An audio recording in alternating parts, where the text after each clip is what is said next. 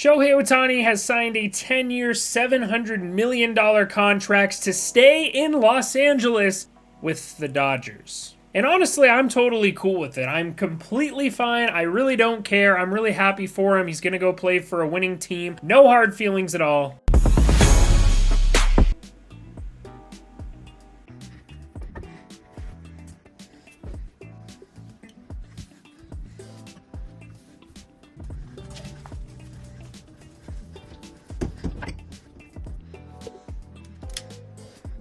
Okay, maybe just a little bit. Today we're going to talk about Shohei Ohtani leaving the Los Angeles Angels and what that means for the team going forward and what my perspective is on it as an Angels fan. Do I hate him now? Do I hate the Dodgers more? Do I hate the Angels? Who am I mad at?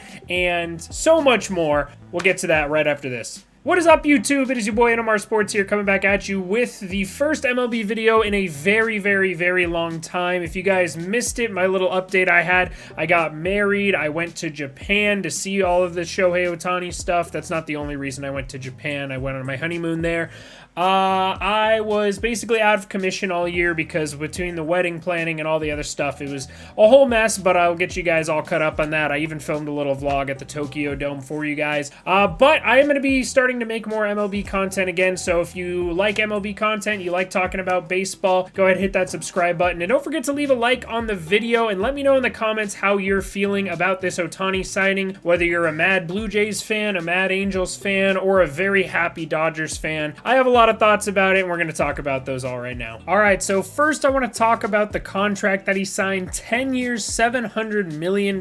We don't know the full details of the contract yet, but as you can see, SpotTrack kind of just said $70 million a year. I don't think that's going to be the average annual value of this contract because it's been reported by multiple sources that a lot or the majority of the money is going to be deferred, and that could mean quite literally anything at all. So it could mean maybe he only makes $20 million this year. Maybe he only makes $30 million, $40 million, $50 million. Honestly, anything under $60 million, I think per year you're getting a bargain on Shohei Ohtani, and we'll see how far these deferred payments go. It could be a Bobby Bonilla situation where he's getting $1 million a year for 700 years, or, you know, God knows what. But Shohei is really smart in that aspect, and if he wants to be on a competitive team, he can't really be making $70 million a year because it's going to be very hard to sign big name players when you're taking up that much towards the luxury tax threshold. So very good idea for a team like the Dodgers that it feels like they already have everything going for them. They have good prospects, they have a good starting lineup, they have a decent rotation, they have a good bullpen.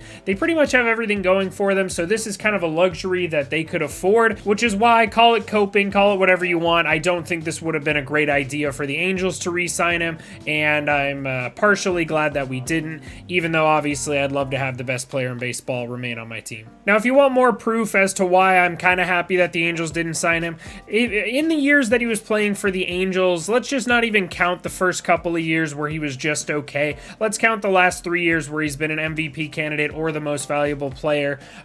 He was making $3 million the first year he won MVP. He was making $5.5 million the second year where he should have won MVP, but Aaron Judge decided to hit a lot of home runs. And then last year, $30 million. So if we couldn't win baseball games with him making $3, $5, and $30 million, what makes you think we could make it with him making $70 million a year? It just wouldn't have made sense for the Angels, and I'm sure the Angels offered him a $650, $675 million deal, but Ohtani wants to be on a winning baseball team, and I really can't blame him. So all in all, while I'd still like to have Ohtani on the Angels, I think he's going to be in a much better situation. I know, call me Captain Obvious. Obviously, it's going to be better being on the Dodgers, and I think it makes it, if it wasn't already the most attractive destination for a free agent to sign, I think it absolutely is now. If any player wants to go to a winning baseball team, they're going to want to sign with the Dodgers, and that's just the kind of effect that Ohtani has on an organization. So realistically, if the Dodgers can't win a World Series with this core, then they are actually cursed, because they've been projected to win the World Series. It feels like the favorites every single year since like 2010, and they just can't seem to put it all together. They got swept by the Diamondbacks last year, so hopefully Ohtani is the piece to put them over the hump if you're a Dodgers fan. As an Angels fan, I do enjoy watching the Dodgers lose in the playoffs. It's kind of my World Series. is. So hopefully Shohei Ohtani does well, but the Dodgers still lose. Now the question is, without Shohei Ohtani on the team moving forward, where do the Angels really go from here? Taking a look at the 2024 projected roster as it is right now, it's not the worst roster in all of baseball. It's not disgustingly awful, but it's definitely not great. There are some guys I'm really excited about on this team, and I am going to be excited to watch and see, if they take steps forward next year. My favorite player on the entire team to watch this year is going to be, of course, Logan O'Hoppe. He looks like a guy who can hit 30 to 40 home runs from the catcher position. I think everybody's going to be considering him a top 10 pretty much. I'm pretty confident he'll be a top 5 catcher for most people at the end of next season, assuming he's able to stay healthy. That was his problem this year. He tore his shoulder swinging the bat, kind of like Tatis did a couple of years ago. And then these guys too, Nolan Schanuel and Zach Neto. Neither one of them super big power threats. I could see Zach Neto hitting 15 to 20, maybe 25 home runs in a good year down the stretch. And Nolan Schanuel, not really a power guy. I call him the second coming of John Olerud because he has really good bat-to-ball skills and he has a really good eye at the plate. So he's the kind of guy that you like to have at the top of your order in order to get on base. Or if, you find a really good leadoff hitter, a guy who sticks there, maybe put him down towards the bottom of the order so you have somebody who's, able to knock in an RBI here and there at the bottom of the order, which would be nice. But Zach Neto, I think, is going to be a Gold Glove caliber shortstop, especially under new manager Ron Washington. Nolan Schanuel I really like. So all three of these guys are going to be fun to watch. Obviously, you have some veterans in here. Mike Trout, obviously, former best player in baseball. We'll see if he still has it in him. Last year was a significantly down year for him, even though it was still well above average. Brandon Drury, Taylor Ward. These are guys that, in my opinion, I would really like to, spoiler alert of what I think the Angels should do, but these are some guys I would really look into trading, see if you can get a little bit younger at these positions. You have 33-year-old Anthony Rendon, he's not going anywhere, no one's taking his money. You got 30-year-old Taylor Ward, 31-year-old Brandon Drury, 32-year-old Mike Trout. The rest of these guys, 22 years old, 21 years old, 23 years old, you've got a young core of dudes to build around that are going to be here for a significant amount of time, but if you keep just signing older free agents and not being willing to make any moves in order to get some young talent on this team, then, you're just going to end up in purgatory like we are right now, being on the outside looking in the playoffs every year. Looking on the pitching side of things, it's just so much mid, it hurts. Reed Detmers could be a number 3, number 4 on a good team. Griffin Canning could maybe be a number 4, number 5 on a good team. Patrick Sandoval maybe has potential to be a number 2 on a good team, but realistically, results-wise, a number 4 or 5 on a good team. Tyler Anderson, probably a number 5 on a good team.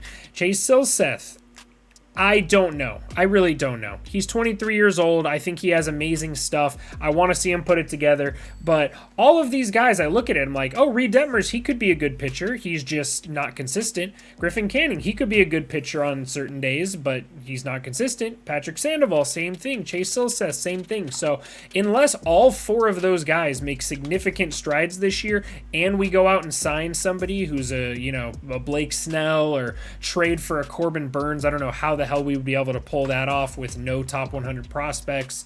Make a trade. Maybe Tyler Glasnow is gettable if you throw Taylor Ward out there, but I just really don't see this rotation being anything to write home about. I think it's very, very average, probably below average, depending on how these guys perform, because they're all kind of wild cards. And then, of course, you have this bullpen here.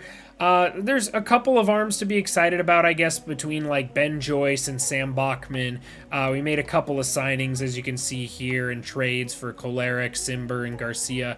I don't like Jose Suarez or Jimmy Herget. I would like both of them to be DFA'd yesterday.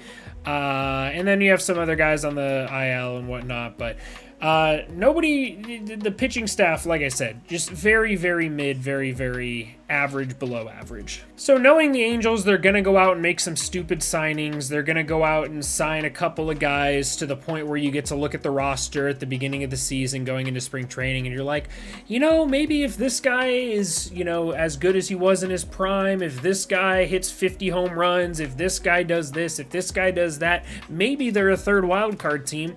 But I'm so sick sick and tired of seeing that. Now that Ohtani's gone, I really need them to just take a look at the bigger picture. And the only thing I can realistically think of why you would want to avoid a rebuild is because Mike Trout's in his, early 30s and he's not getting any younger and he's starting to regress, and you want to win and make the playoffs while he's still somewhat in his prime. And I totally get that, but I just don't think that's feasible. And if Mike Trout doesn't like that, then you might have to, have it's a difficult conversation about potentially trading him. It seems pretty clear that Mike Trout wants to stay in Anaheim. He's never really even been rumored to have requested a trade out of Anaheim. So if you can sit him down and explain to him, hey, we have a couple of good young guys. We have to trade a couple dudes away. We have to maybe rebuild for a year or two. It doesn't have to be a super major, like 5-6 year rebuild. It could just be a 2-3 year retooling, and then, potentially compete towards the end of Mike Trout's contract. That would be perfectly fine. I just don't see the Angels being smart enough to think that. I just think Artie Moreno is going to be, who can I sign to get good jersey sales? I wouldn't be surprised if we got a guy like Blake Snell or somehow made a trade for a guy like Tyler Glasnow. Somebody who's going to, put jersey sales up, who's going to put butts in the seats at Angel Stadium, because that's all Artie Moreno really cares about in the long term. So overall, Shohei Ohtani leaving the Angels, I'm absolutely embarrassed just how poorly the Angels handled his entire career up until this point, how they handled trying to build a team around him, trying to build a team around Trout. I know it's not a two-person game in baseball, but there's plenty of teams that have built around less and been better, and I don't know if it's luck-based, I don't know if it's it's a little bit of everything. It's a little bit of bad luck. It's a little bit of bad injury luck. It's bad spending your money in the wrong places, making stupid trades. It's just all of the above with this organization. I wish Ohtani nothing but the best out in LA with the Dodgers. Still sad to not see Ohtani in Angels red next year, but I am happy that he's going to be happy and that he's going to be able to succeed and hopefully get some good postseason stats under his belt. So now just let me know down in the comments whether you're a happy Dodgers fan, a sad Angels fan like myself, or another team like the Toronto Blue Jays who thought they were getting him and didn't. Don't forget to like the video and subscribe for more MLB content. I'm going to be making a lot more videos for you guys coming up here soon, so don't forget to stay tuned. I will see you guys all in the next video. Thanks so much for watching. Have a great rest of your day.